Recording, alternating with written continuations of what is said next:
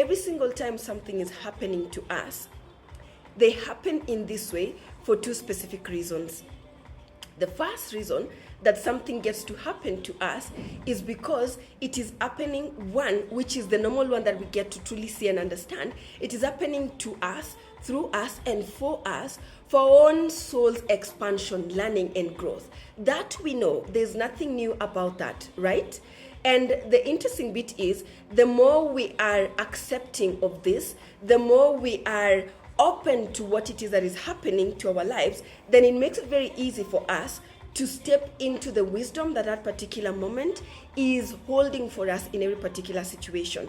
So every single step, we are fully in openness and in acceptance of the things that is happening to our lives. Then it makes it very easy for us to know that this had been orchestrated to happen for us, to us, through us, so that it can teach our soul some beautiful, incredible message, wisdom that we needed in this particular moment, just to be able to see how to step into the better version of ourselves. That's the first reason.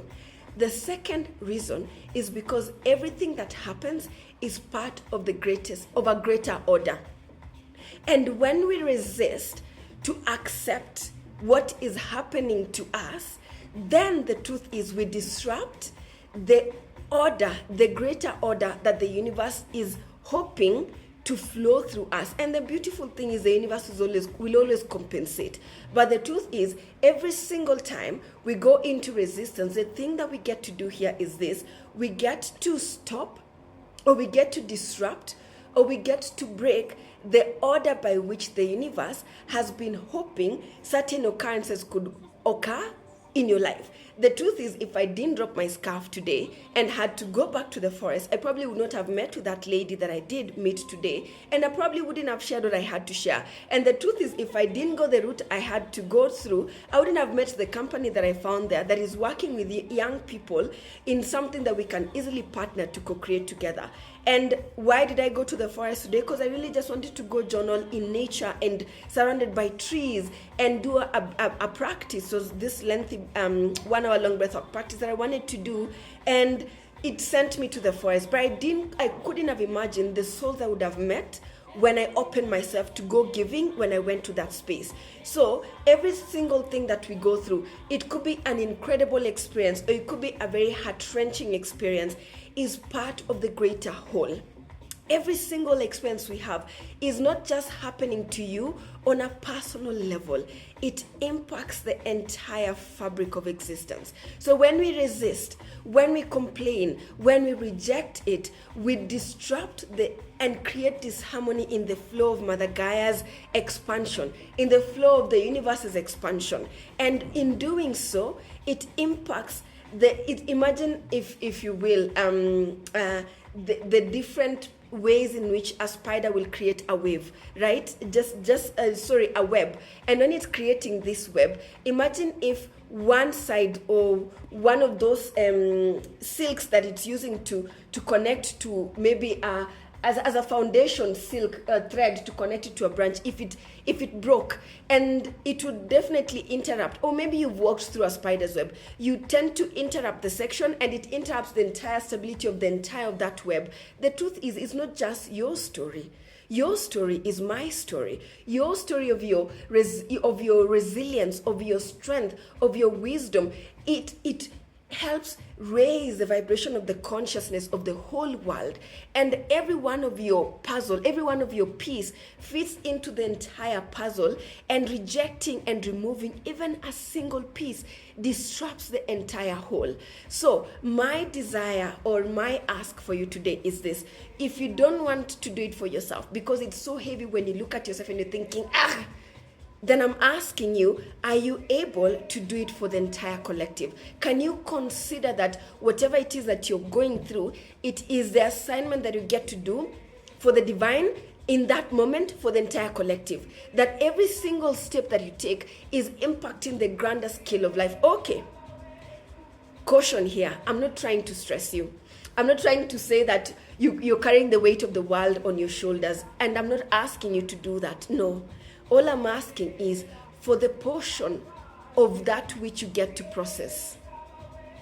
the portion of that which is the life's river flowing through you, if you can allow it to flow without disturbance, then we can allow life to really flow through us and redirect this course to the highest potential that it has to be able to manifest in our reality. And the truth is, the more you get to allow this approach to life, the more you get to open yourself to be the channel for life, the more life brings you people who are also moving in the same coherence as you are. So life becomes effortless. Life becomes, it flows. And recognize that even when you're breaking down in pieces and crying and shattering at the corner of your bedroom, I want you to recognize this, that what you're processing is what the universe has recognized, that you as Melinda, you as Bethany, you as Louise, you as Stephanie, you as Suleiman, in that moment, you hold the codes and the frequency and the vibration that is ideal to process just that amount of that weight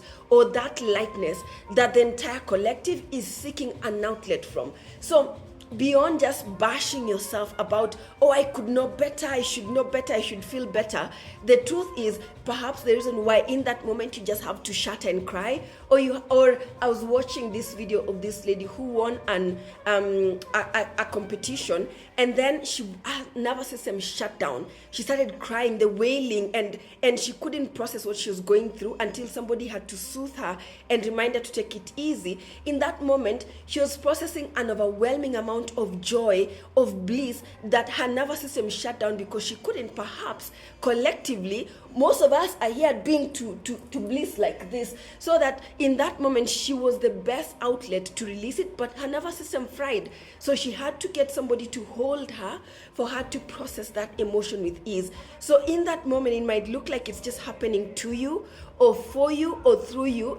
If you're resisting, then at the end of the day, you don't get to realize that you're processing for the entire collective. So every single time things are going through you, note this: while it's there to teach you as a soul a lesson, it's also there to process the entire collective. So you're not just doing it for you, you're doing it for all of us.